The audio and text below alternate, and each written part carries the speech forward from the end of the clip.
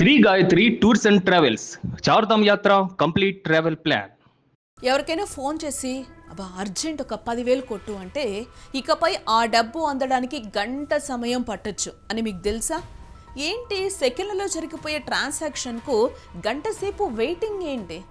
Digital ఇండియాలో మళ్ళీ వెనక్కి వెళ్తున్నామా అని ఆశ్చర్యపోతున్నారా?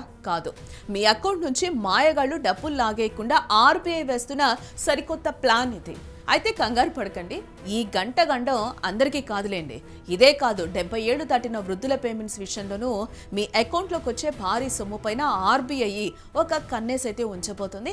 అసలు ఏంటి కొత్త ప్రతిపాదనలు, మీ డబ్బుకి కొత్త రూల్స్ ఎలా రక్షణగా మారబోతున్నాయి అనేది ఈ వీడియోలో నేను మీకు చెప్పే ప్రయత్నం అయితే చేస్తాను.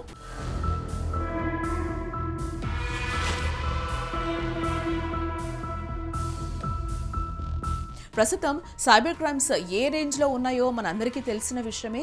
మాటలతో బురుడి కొట్టించి అకౌంట్ని అయితే ఖాళీ చేసేస్తున్నారు మాయగాళ్ళు.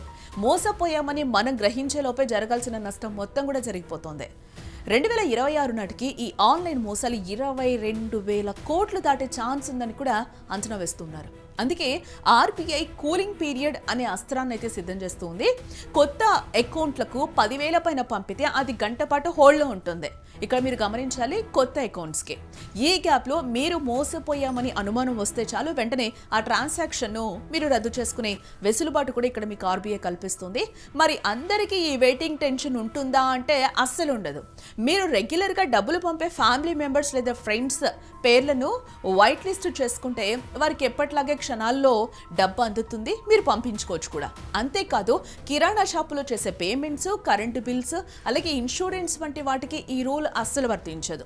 కేవలం మీరు మొదటిసారి ఒక కొత్త వ్యక్తికి పెద్ద అమౌంట్ పంపినప్పుడు మాత్రమే ఈ రక్షణ కవచం పనిచేస్తుందని కూడా ఇక్కడ ఆర్బీఐ క్లియర్గా అయితే చెప్తుంది. వృద్ధులే టార్గెట్గా సైబర్ దొంగలు ఈ మధ్య కాలంలో రెచ్చిపోతూ ఉన్నారు. అందుకే 70 ఏళ్లు పైబడిన వాడి కోసం ఆర్బీఐ ఒక స్పెషల్ సెక్యూరిటీ తెస్తూ ఉంది. ఇకపై సీనియర్ సిటిజన్లు 50,000 కంటే ఎక్కువ డబ్బు ఎవరికైనా పంపాలి అని అంటే మాత్రం కేవలం వారి అనుమతి ఉంటే సరిపోదు.